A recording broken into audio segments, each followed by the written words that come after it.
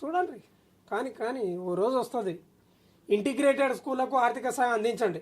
వరదలు వర్షాల వల్ల దెబ్బతిన్న రాష్ట్రాన్ని ఆదుకోండి. రుణాల రీస్ట్రక్చర్కు అనుమతి భారం తగ్గించండి. కేంద్ర ఆర్థిక మంత్రి నిర్మలా సీతారామన్కు సీఎం రేవంత్ రెడ్డి వినతట. రాష్ట్ర ప్రభుత్వం చేపట్టిన యంగ్ ఇండియా ఇంటిగ్రేటెడ్ రెసిడెన్షియల్ పాఠశాలలకు ఆర్థిక సాయం అందించాలని సీఎం రేవంత్ రెడ్డి కేంద్రాన్ని కోరారు. ఈ మేరకు కేంద్ర ఆర్థిక మంత్రి నిర్మలా సీతారామన్తో తెలంగాణ ముఖ్యమంత్రి రేవంత్ రెడ్డి భేటీ అయ్యారు. రాష్ట్రంలో భారీ వర్షాల వల్ల సంభవించిన నష్టంపై ఆర్థిక మంత్రికి నివేదిక అందజేశారు. ఎంపీలు మల్లు రవి, చామల కిరణ్ కుమార్ రెడ్డి, రఘువీర్ రెడ్డి, బలరాం నాయక్ తదితరులు సీఎం వెంట ఉన్నారు. రేవంత్ రెడ్డి దేశ రాజధాని ఢిల్లీలో పర్యటనలో ఉన్నారంట. ఈ నేపథ్యంలో కేంద్ర ఆర్థిక మంత్రి నిర్మలా సీతారామన్తో సమావేశం అయ్యారు. మస్తు సమావేశం అవుతున్నాడు కానీ వాళ్ళు నిధులు ఇస్తలేరు. ఏం చేయాలి?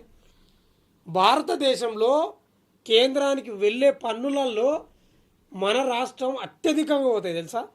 టాప్ ఫైవ్లో ఉంటుంది. మన దగ్గర నుంచి రూపాయి పోతే వాళ్ళు చారాన కూడా ఇస్తలేరు. ఇట్లా ఉంది, ఏం చేస్తాం? ఉపరాష్ట్రపతిగా రాధాకృష్ణన్ ఎన్నిక 452 ఓట్లు పొందిన రాధాకృష్ణన్ గారంట. సుదర్శన్ రెడ్డికి 300 ఓట్లట. చూడాలి మరి ఎట్లా ఉంటుందో. ఆయన జగదీప్ ధన్ఖడ్ లాగా మెడల్ పట్టి బయటికి నూకే పరిస్థితి తెచ్చుకుంటాడా మరి ఏందో చూడాలి. ఇక నాకు తెలిసి అయితే ప్రధాని మోడీ గారి మాటనైనా జవదాటాడు అంతే. ఆడ ఉన్నది ఏం లేదు. ఆడ గ్రూప్ 1 పరీక్షలు తిరిగి నిర్వహించాలి హైకోర్టు. కేటీఆర్ గారు చెప్తున్నారు ఈ మాట. వీళ్ళేమో చక్కగా నిర్వహించిండ్రని గతంలో. ఏం చేస్తాం? హైకోర్టు తీర్పు గుణపాఠం కావాలబ్బా. నిరుద్యోగులకు న్యాయం చేయాలి. హైకోర్టు తీర్పును స్వాగతించిన కేటీఆర్ అట. అట్లా ఉంది పరిస్థితి. గతంలో కూడా ఇదే కదా. అసలు గ్రూప్ 1 పెట్టలేదు. మొత్తం రద్దు ఎక్కడికక్కడ. కేసీఆర్ స్ఫూర్తితో జాగృతి పోరాటం, అందరినీ కలుపుకొని సామాజిక తెలంగాణ కోసం పోరు. జాగృతి అధ్యక్షురాలు కల్వకుంట్ల కవిత. నాకెందుకో కల్వకుంట్ల కవితను కేసీఆర్ గారే ప్లాన్ ప్రకారం బయటికి పంపించినట్లు కనిపిస్తూ ఉంది. ఎందుకంటే ఈ బీజేపీ కాంగ్రెస్ కలిపి బీఆర్ఎస్ను లేకుండా చేస్తే మళ్ళీ ప్రమాదం మనకు. నీ బిడ్డ ఏం కాదు. హరీష్ రావు పోకముందుకే ఎక్కడ హరీష్ రావును లోపల నాయకులు రెచ్చగొట్టి హరీష్ రావు ఓ పార్టీ పెట్టాలని చెప్తారు. ఆయన బయటికి వెళ్ళి పార్టీ పెట్టకముందుకే నీవే ఓ పార్టీ పెట్టాలని నాకు ఎందుకో కేసీఆర్ చెప్పినట్లు అనిపిస్తుంది. ఎందుకో లోపల నేను లోతుగా ఆలోచించిన. ఎందుకంటే కేసీఆర్ పెద్దగా ఎక్కడ సీరియస్ కాలే, ఎక్కడ పెద్దగా దాని గురించి మాట్లాడలేదు. ఏది కవిత లేవనెత్తిన అంశాల గురించి. ఎందుకో కేసీఆర్ దీని వెనుక ఉన్నాడు అనేది నా అంచనా అనిపిస్తుంది.